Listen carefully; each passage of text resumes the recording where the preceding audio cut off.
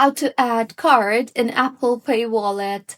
Hello everyone, I am Bishaka and welcome to our channel. Now let's get right into the tutorial.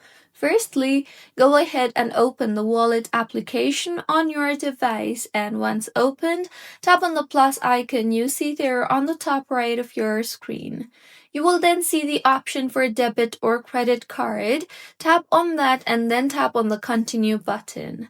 Now, in the interface that you will be led to, you can either position your debit or credit card in the frame to scan it, or you can also enter card details manually. I will enter my card details manually, so I will tap on the enter card details manually option.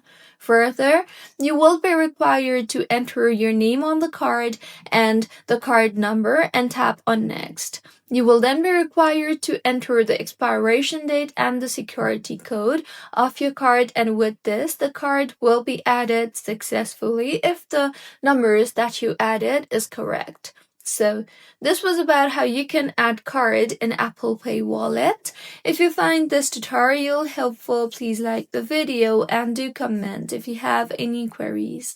Also, do subscribe to our channel for more helpful tutorials like this.